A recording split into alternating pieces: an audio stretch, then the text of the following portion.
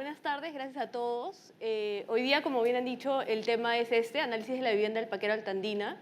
Es una investigación que hicimos hace algunos años con mi colega Orlando Pacheco, pero el día de hoy lo que quiero es hablar un poco sobre el proceso y contarles un poco de la historia de por qué es que se llegó a esta investigación. Ok, entonces dándole un poquito de contexto, lo que motivó la investigación puntualmente eran noticias como estas, ¿no? Como les digo, desde hace algunos años, pero era todos los estragos que causaban las heladas en las zonas altoandinas, cómo se suspendían las clases, las viviendas terminaban derruidas y toda la problemática que esto aquejaba, ¿no? Igual pasan algunos años y la problemática sigue siendo la misma, ¿no? Aparecen un montón de estas campañas que seguramente han visto, no sé, en supermercados y otros, abriguemos a Puno o abriguemos, no sé, Huancavelica, distintos lugares. Pero pasa algo, no quiere decir que esté mal, pero finalmente es un paliativo y no resuelve el problema del fondo, que el problema de fondo tiene que ver justamente con dónde es que los pobladores de estas comunidades pasan la mayor cantidad de tiempo y el tiempo donde el clima es muchísimo más frío, ¿no? Entonces era la pregunta, ¿cómo intervenir desde la arquitectura y qué cosa es lo que se podría hacer desde nuestro rol como arquitectos también, ¿no?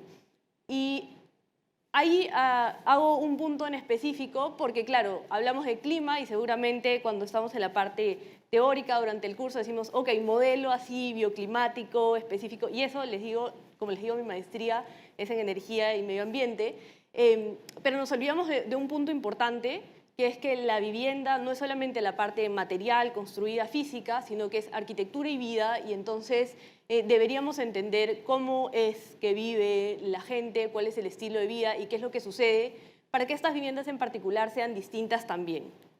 ¿Okay? Entonces, considerando, ¿no?, un poco de la teoría de Rappaport, que nos contaba que la vivienda es la expresión material de la cultura, empezar a entender cuál es la cultura y cuál es la tradición y cómo es que se vive y cuáles son las características de esta zona en particular.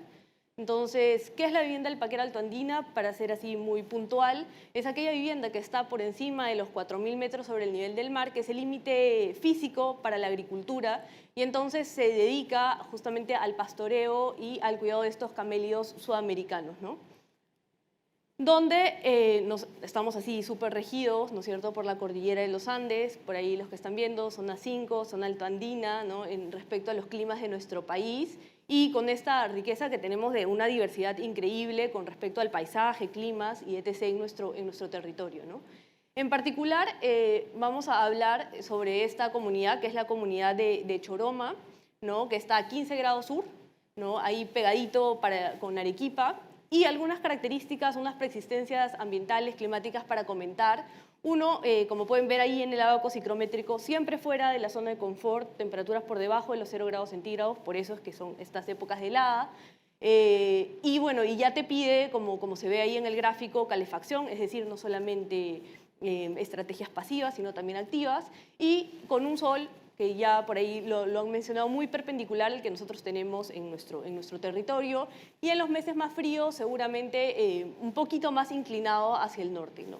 Pero estas eran las características, y ahí en el centro lo que pueden ver justamente es el centro de la comunidad, y voy por ahí haciendo como una introducción a esta vivienda, que es lo que yo me imaginaba cuando llegué, ¿no? Yo me imaginaba una comunidad así, ¿no?, este centro, el que aparece, que al final no es que termina siendo tan cierto. Lo que estamos viendo ahí se denomina el caserío, ¿no?, de Santa Lucía, que es el centro en general del distrito. Uno puede llegar aquí 1 hora si es que llegas en bus, un bus que sale una vez a la semana, que es justamente para los pobladores de la comunidad, llevando todas las cosas que necesitan, o también puedes ir en bicicleta, moto, caminando, digamos, esas son las posibilidades para llegar a este centro que, como les decía, es el caserío. Si hay una minera cerca, es el caso de esta comunidad, seguramente encontrarán por ahí, como se ve, una iglesia o también el centro comunal y etc. Pero entonces este caserío no es un lugar netamente de permanencia, y lo menciono ahí, ojo, ¿no?, cuando uno piensa en las intervenciones, sino que es un sitio para llegar, de repente a pasar la noche por el recorrido que han tenido que hacer para llegar, y de ahí es empezar a caminar otra vez motobicicleta como para llegar a las cabañas en sí, que son justamente esta vivienda del Paquero Altoandina, ¿no? Y empiezan a aparecer paisajes como estos, que son así perfectos, este paisaje natural que se mimetiza con esta otra parte cultural, de estos bofedales que son otra vez perfectos para los camélidos y para el pastoreo y para la actividad que se realiza para llegar a cada una de sus viviendas, que les vamos a denominar estas cabañas, ¿no? Y encontramos estas cabañas con espacios para las personas, pero también para los animales, como bien ya el nombre lo dice, ¿no? Entonces, cuando empezamos a estudiar o a entender un poco qué cosa es esta vivienda o cuál es la característica de las personas, nos dicen que para entender el estilo de vida de una persona hay que saber en qué invierte su dinero y en qué invierte su tiempo. Y aquí es una parte importante entender esta relación hombre-animal como una unidad indivisible, no solamente por las características económicas, ¿no? Sino, como vamos a ver, bueno, aquí están en el centro, justamente en el caserío, que se ponen todos de acuerdo para poder hacer la venta de fibras, ¿no? Sino también porque estos pobladores están a pie de ganado 24/7 durante todo el año, soportando condiciones bastante difíciles. Por ejemplo, época de lluvias coincide con la época de la aparición de la alpaca. Entonces, bueno, nos vamos dando cuenta que la vivienda ya no solamente es este módulo que nosotros vemos, sino que va mucho más allá, que no se restringe a los límites físicos construidos, sino que también son los recorridos para llegar a las fuentes de agua, los recorridos que se tienen que hacer para acompañar a los animales, ¿no? Y entonces la vivienda tiene una condición muy distinta a la que nosotros nos podemos imaginar como un programa normal o en el que cada uno de ustedes tal vez hoy va a regresar para dormir y para descansar, ¿no? Viviendas como estas, ¿no? Que aprovecharon el entorno, lo que el entorno les podía proporcionar, la materialidad que les podía proporcionar, y la convirtieron justamente en su refugio, porque la vivienda termina siendo eso, es un refugio históricamente ante las condiciones del clima, ¿no? Y nada, lo que les quería contar va un poco más por la metodología con la que se abordó este estudio, que era justamente un estudio de caso y era para conocer un poco más de la vivienda, era justamente un levantamiento del 30% de las cabañas de esta comunidad, y ahí, ¿no? Para cada uno de ustedes, importante tener unas variables claras. Para hacer el levantamiento antes ya se habían hecho antes otras visitas, ¿no? Y a partir de eso son tener variables para que después yo pueda compararlas, pueda contrastarlas, y tienen que ser las mismas al momento de estudiarlas, ¿no? Entonces, nada, de cada una de las cabañas hizo un levantamiento gráfico, escrito descriptivo, fotográfico, ¿no? En la primera podemos ver esta relación de la vivienda pequeñita y los círculos más grandes vienen a ser los canchones, ¿no? Los corrales para las alpacas, ¿no? Y se hizo este levantamiento de cada una de las cabañas que les mencionaba. Obviamente ustedes se imaginan a ir recorriendo, no van a ir con su computadora para dibujarlo en algún programa, ¿no? Para eso es esta importancia que tengan relación con la mano y que si se quedan sin software no se queden pues, ¿no? sin poder dibujar o sin poder expresar lo que ustedes quieran. Y nada, a partir de esto se sacan unas conclusiones de cuáles son los elementos que componen esta vivienda, ¿no? El primero, el patio, que es el que ven ahí, que está rodeado por pircas, y la pirca termina siendo casi una barrera para el viento también, y es un espacio de recepción, ¿no? Si ustedes llegan seguramente los van a recibir en esta zona, ¿no? Y que permite organizar la vivienda muy bien, ¿no? 4 volúmenes, que son los que estamos, por así decirlo, acostumbrados a ver. 4, normalmente uno es un espacio para cocinar, que es el que ustedes van a ver para este lado, que es el que mantiene este techo de ichu. Ya veremos un poco por qué, aunque el tímpano está vacío. Un espacio para dormir y 2 espacios que son almacenes. ¿Por qué 2 almacenes? Un almacén justamente para guardar herramientas que son de pastoreo y otro almacén para la bosta, que la bosta es el combustible principal, ¿no? Entonces la bosta se tiene que secar, no se puede mantener húmeda, entonces necesitan justamente este espacio como almacén. Después están los corrales, importantísimo porque ya comentábamos, tiene el sustento con los que les comentaba anteriormente, es una vivienda productiva, necesito tener esta parte de los corrales, puede ser tanto con pircas o puede ser con estos enmallados, ¿no? Y lo que hace es que termina siendo rotativo, ¿no? Cada cierto tiempo pueden ponerlo cerca a estos volúmenes, pero tratando siempre de tener alguna visual o algún control con ellos, ¿no? Nada, y finalmente otro elemento que tienen son estas letrinas. Bueno, por ahí aparecen 2, más adelante hablaremos un poco de la diferencia de los colores por ahí, pero estos terminaban siendo los elementos que componían la vivienda. A partir de eso, ¿no? Uno podía determinar o tratar de clasificarlo según las variables que nosotros hemos estudiado, que conocemos, y definir ciertas tipologías para entender la vivienda, ¿no? Tipologías que están clasificadas según la organización espacial, según la forma, según la materialidad y según el programa arquitectónico, que más o menos es el que hemos visto hace un momento, ¿no? Y a partir de ello se llegan a 3 tipologías principales, autóctona como esta, por ejemplo, que tiene el patio central bien delimitado, cada espacio se ingresa directamente a ese patio, y los materiales es uno de los elementos más importantes, ¿no? Que mantienen esta tradición de tierra, paja y piedra para sus viviendas. La otra es la tradicional, que la dividimos en 3 partes, podía ser simplificada, digamos, con un patio más pequeño, solamente 2 volúmenes. Y una de las características principales, como se ve por ahí, no sé si este es, ¿no? Que desde el patio yo podía ingresar, ya el volumen, puedo tener 2 espacios dentro, pero estos no se conectan, sino que igual tengo el patio como organizador y a partir de ello entro a cada uno de los espacios, ¿no? Y luego la tradicional, pero expandida, que tenía que ver con la familia, perdón, extendida, que significa que si el núcleo familiar, hay un nuevo núcleo, ¿no? Digamos, yo construyo un nuevo módulo, pero ese nuevo módulo termina siendo un espacio para descansar y aún creo un nuevo patio, ya aparecen 2 patios, pero aún puedo compartir la cocina y comparto los almacenes, ¿no?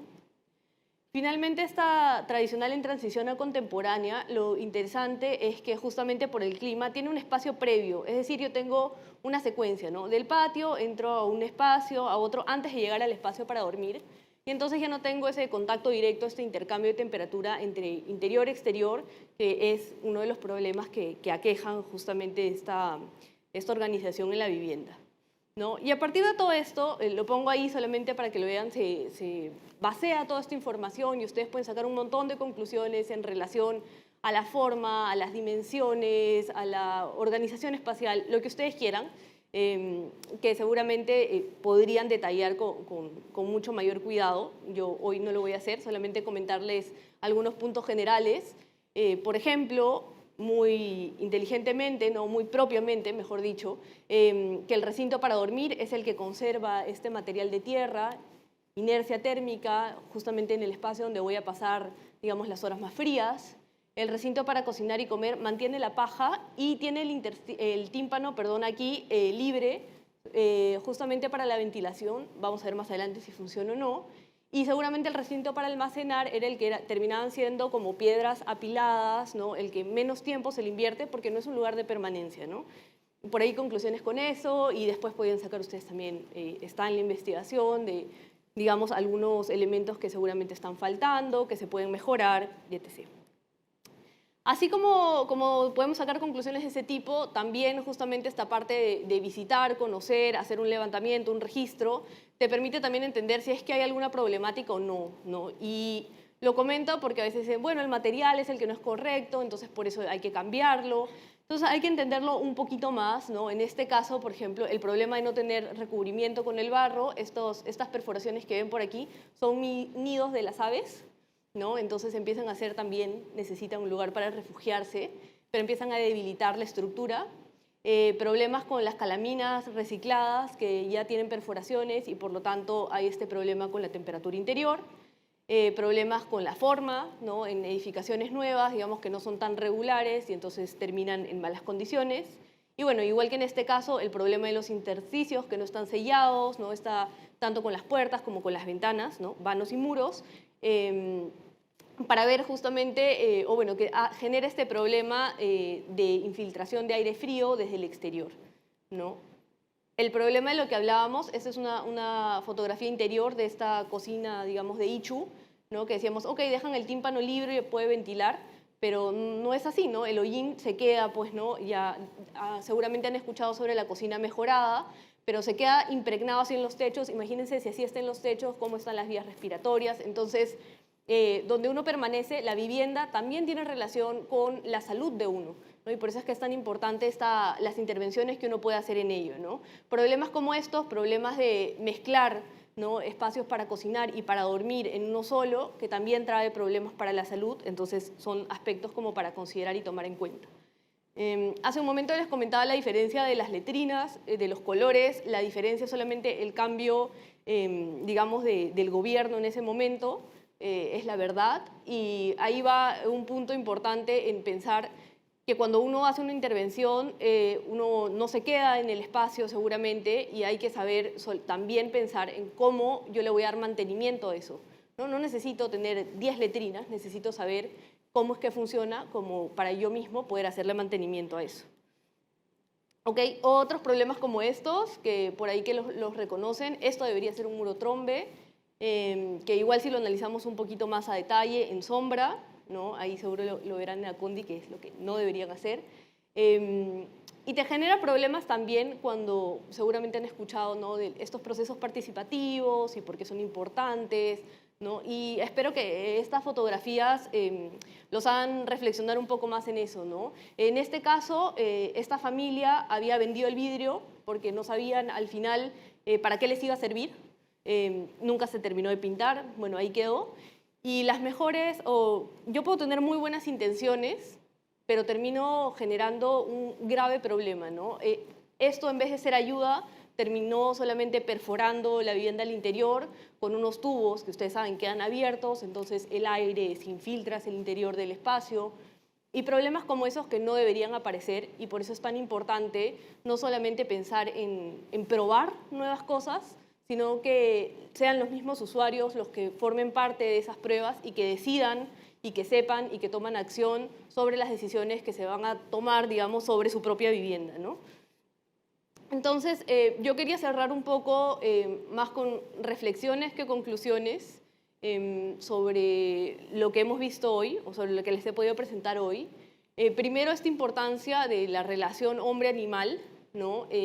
Justamente que justifica el patrón de poblamiento disperso, ¿no? Les comentaba hace un momento, yo puedo tener cabañas, cada uno de la distancia, y seguro para llegar a cada una de ellas, bueno, los pobladores llegarán mucho más rápido. Yo me demoraba un montón porque estaba súper cansada, no podía respirar, ¿no? Pero justamente esto lo justifica porque es su actividad económica, es a lo que se dedican y necesita potenciarse esto, ¿no? Entonces, esto seguramente escucharán, hay que agrupar todo y ustedes sabrán contestar y saber, bueno, alto un momento, hay que darle solución a lo que está pasando porque este es su sustento de vida, ¿no? Cambia muchísimo esa perspectiva. Otro punto importante es que la tierra está subvalorado como material constructivo. Estas viviendas, en su mayoría son heredadas, no decir todas, pero uno empieza a asociar justamente a la tierra con vulnerabilidad y, como les mostraba, tiene que ver con más una problemática de cómo es que uno lo va trabajando, cómo es que uno le da mantenimiento a ello, ¿no? Nosotros en Perú tenemos una tradición constructiva en tierra riquísima, ¿no? Hay una evolución súper importante en el estudio de la construcción con tierra que deberíamos volver a darle una mirada para ver qué es lo que puede suceder, ¿no? Ya les he hablado del proceso de participativo, pero también, ¿por qué no pensar en autoconstrucción asistida, ¿no? Con mano de obra local, donde se puedan hacer intervenciones correctas y pertinentes para el lugar, ¿no? Y finalmente esta relación, ¿no?, del paisaje natural-cultural, que es parte, digamos, de nuestra historia colectiva que deberíamos saber apreciar, ¿no? Seguramente en sus cursos de acondicionamiento, de medio ambiente, han hablado sobre la vivienda vernácula, ahora como un hito, digamos, de lo que es la arquitectura bioclimática, ¿no? Y habría que preguntarse por qué. Seguramente, como les mostraba, ¿no?, todavía hay que darle el mantenimiento que merece, ¿no? Pero me gustaría cerrar con los 3 pilares de la sostenibilidad, ¿no? Justamente en la relación del medio ambiente, tomar recursos, tomar materiales que son propios del lugar, que los tienes a la mano, no necesitas mirar muy lejos, las soluciones están por ese lado, ¿no? Y se puede aprovechar de una manera ideal, ¿no? La otra parte es la parte sociocultural, ¿no? Aprender a querer, a ver lo nuestro también, y al final el proceso de evolución de la vivienda nos muestra el proceso creativo que han tenido que tener las personas que habitan en ciertos lugares, ¿no?, para saber cuál es el proceso al que han llegado para protegerte también de estas, justamente del clima tan alarmante, digamos, que está en estas localidades, ¿no? Eso es súper importante, proteger el paisaje cultural que tenemos, pero no solamente por tratar de conservar lo que hay, sino es que hay que validar las técnicas, hay que conocerlas, reconocerlas y pensar cómo es que puede evolucionar. La vivienda alpaquera no es solamente esta, ¿no? Ustedes también pueden ver todo el proceso, cómo ha ido cambiando, ha ido variando a través de los años y sigue cambiando, ¿no? Entonces es cómo uno también desde el campo de acción puede aportar con ello, ¿no? Y finalmente en la parte socioeconómica, no olvidarse, ¿no?, que es una vivienda productiva, que la relación que tiene esta vivienda, ¿no?, con la parte de los animales es fundamental, ¿no?, y que les da justamente tanto el sustento de vida y que les permite también, que es súper importante para el crecimiento y para el desarrollo personal de las personas, en particular en esta comunidad.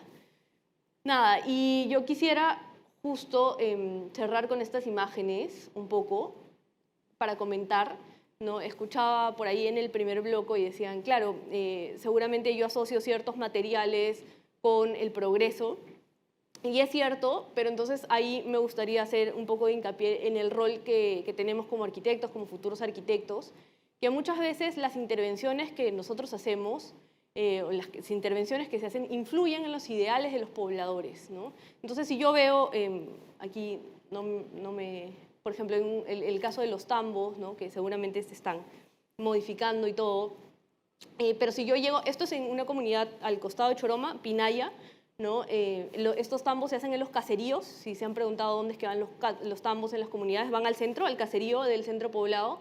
Y entonces, para construirlo, llegaron con mano de obra foránea, ladrillos, concreto, acero.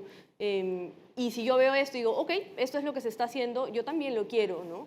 Y cabe ahí pensar, consultar, ¿no?, si es que en verdad, y esto es una vivienda que habían hecho, si es sostenible en todos estos ámbitos, muchísimo más cara. Ya les he hablado del transporte, de la accesibilidad para llegar. Imagínense llevar, ¿no?, todo el ladrillo, el vidrio, concreto, bla, bla, bla, que necesito aquí, ¿no? Y tampoco me va a dar una solución, ¿no? Porque estéticamente, que tampoco, pero la parte de habitabilidad en relación a la problemática de las heladas, tampoco la voy a solucionar, ¿no? Entonces, ahí es como para pensar también el rol que tenemos como arquitectos. Y los escuchaba por ahí que comentaban, ¿no? Entonces, yo en cada sitio del país tengo que construir de una manera distinta. Por supuesto que sí, ¿no? Y, por ejemplo, en el caso de los tambos, van a tener que ser distintos según ya, aparte de la parte bioclimática de las zonas y todo lo que ya conocemos, cambia muchísimo y no podemos tener arquitectura sin considerar la cultura, que es lo más valioso, considero, para nosotros. Además que somos un país tan rico y megadiverso, hay que considerarlo también desde el punto de vista de la arquitectura. Nada, y por ahí les dejaba si estaban más interesados en saber un poco más de la investigación, en otros puntos por ahí. Y nada, agradecerles y dejarlos con esta fotografía justamente que me gustaba mucho, porque es esto caminando en el paisaje, ¿no?, hacia nuevas oportunidades, nuevas posibilidades. Tenemos un mundo de oportunidades en el país, ¿no?, y solamente falta mirarlas, ¿no? Me gustaría que cada uno de ustedes se inspire un poco en ver qué es lo que necesita y qué es lo que ustedes también pueden aportar para su país, que creo que los va a ayudar mucho. Así es que nada, eso es todo. Muchas gracias.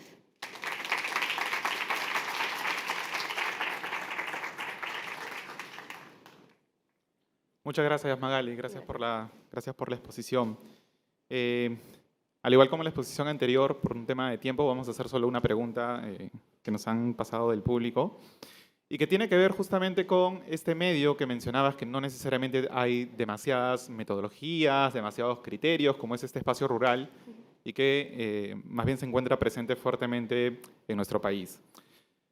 Nos preguntan, y te traslado la pregunta, ¿cómo ha sido que, en tu caso y tu equipo, definió la metodología para poder aplicar, estando en un contexto poco estudiado como es en el ámbito rural? ¿Qué características o enfoques buscabas obtener de este análisis? Listo. Nada, para comentarles, la investigación surgió un poco justamente con el problema de las heladas y empezar a investigar cuáles eran las características de la zona. Encontramos, digamos, mucha bibliografía, pero sobre todo de antropólogos, bastante escrita, y de arquitectura, muy poca. Entonces empezamos a ver otro tipo, así como ustedes tienen que hacer, seguramente cuando tengan que hacer su tesis van a tener que filtrar información según cada uno de los ítems que van a tocar.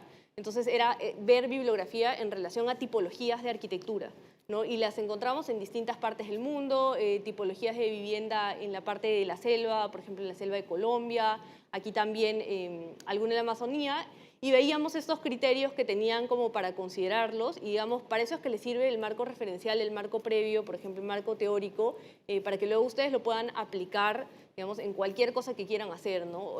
Lo mismo, podría utilizar la misma metodología y aplicarla para, no sé, para hacer tipologías ganaderas, tipologías de vivienda, no sé, los que se dediquen a cerámicas, los que se dediquen infinidad, ¿no? Entonces, lo importante siempre es tener un orden y después de eso les van a salir pues todas las conclusiones o toda la información que ustedes quieran vaciar, ¿no? Lo que yo quería saber era conocer cómo era que se vivía y cuál era la diferencia en la arquitectura para entender y, digamos, no meter la pata pensando en otro tipo de concepción de vivienda que seguramente de mi experiencia eran diferentes, ¿no? Entonces es olvidarse un poco de lo que uno considera lo normal, ¿no? Y aprender a ver desde otros ojos y a maravillarse también con distintos tipos de apropiación del espacio. Solo para añadir y de repente profundizar un poco más en la consulta, de repente ha sido por un tema de tiempo, ¿no? Porque sabemos que siempre el tiempo es preciso aquí para las exposiciones.